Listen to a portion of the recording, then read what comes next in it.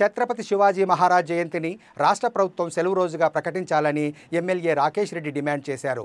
Somajiguda press క్లబ్లో Shri Chhatrapati Shivaji foundation ఆధ్వర్యంలో ఏర్పాటు చేసిన సమావేశంలో పాల్గొన్న ఆయన ప్రతి హిందువు ఛత్రపతి శివాజీ మహారాజ్ జీవిత చరిత్ర తెలుసుకోవాలన్నారు.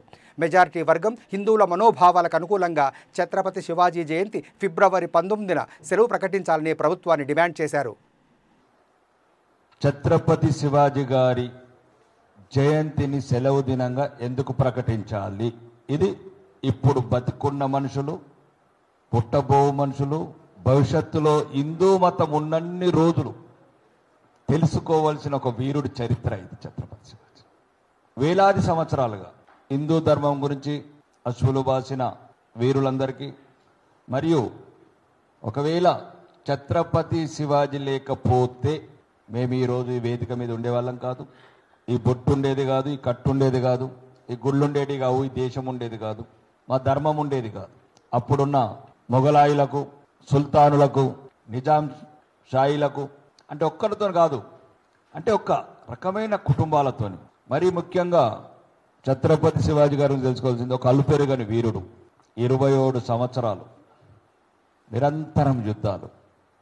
ధర్మాన్ని కాపాడుకోవాలి, ధర్మం అంతరించకుండా ఉండాలి, హిందూ స్త్రీలు మానభంగాలకు గురి కాకుండా ఉండాలి. అందరి చరిత్రలో బాగా బాధాకరమైన చరిత్ర ఉంటుంది మా హిందువులది.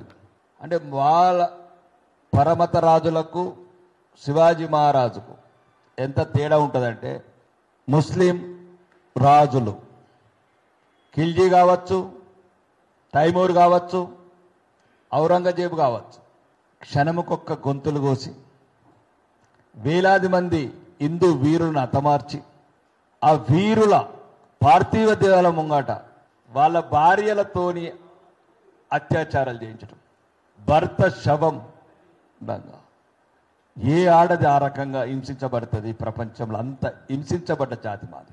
1398 ఒకే రోజు లక్ష మంది వీరులు ఢిల్లీ వీధుల్లో ఊచకోత పోయేవాడు హిందువులు. అదే రోజు వాళ్ళ భార్యలతోని సైనికులతో అత్యాచారాలు చేయించారు వాళ్ళ శవాల ముందు. ఇప్పుడు అంటున్నారు అదే ఛత్రపతి శివాజీ గారు ఏ యుద్ధం చేసినా, ఏ రాజ్యంలో ఉన్నా యుద్ధం చెయ్యలేని వాళ్ళని ఏమనలేదు. మహిళలని కన్న తల్లులాగా చూసినాం. అది మాకు ఆ జాతికున్న తేడా. గతం ఏం చెప్తున్నది, వర్తమానం ఏం చెప్తున్నది, హిందూ సోదరులు తెలుసుకోవాలి. మన హిందూ పరిపాలనకు వాళ్ళ పరిపాలనకు ఏ తేడా ఉంటుంది? హత్యలు చేసి అత్యాచారాలు పార్థివ దేవాలయం కూడా చేసిన చరిత్ర వాళ్ళది.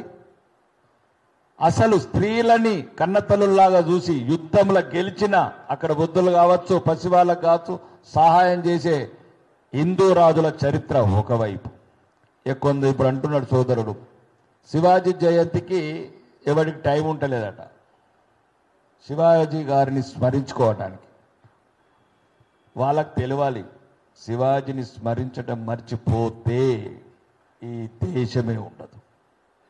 మీరు పని చేసుకోవడానికి సాఫ్ట్వేర్ కంపెనీలు ఉన్నాయి, మీరు హాలిడేస్లు చేసుకోవటానికి ఏమంటారు ఎంటర్టైన్మెంట్ పార్కులు ఉన్నాయి, మీ షాపింగ్ మాల్లు ఉన్నాయి, మీ లగ్జరీ కార్లు ఉన్నాయి, మీ బ్రాండెడ్ వాచ్లు ఉన్నాయి, మీ బతికే ఉండదు భారతదేశంలో. హిందువులకు మరీ ముఖ్యంగా చెప్పదలుచుకుంటున్నాం, ఛత్రపతి శివాజీ గారి గురించి ఒక్కసారి మీరు తెలుసుకోవాలి. Mindset was the biggest reason. మన మైండ్ సెట్ ఎలా చేంజ్ చేయాలి, మనం how we can become a warrior. ఒక వారియర్ మైండ్ సెట్, యోధుడు మైండ్ సెట్ మనది కావాలి. ఎలా కావాలి అంటే, we took it, Shivaji Maharaj is the only king, only వీరుడు మనకు ఇన్స్పైర్ చేయడానికి. That was the only reason to take him.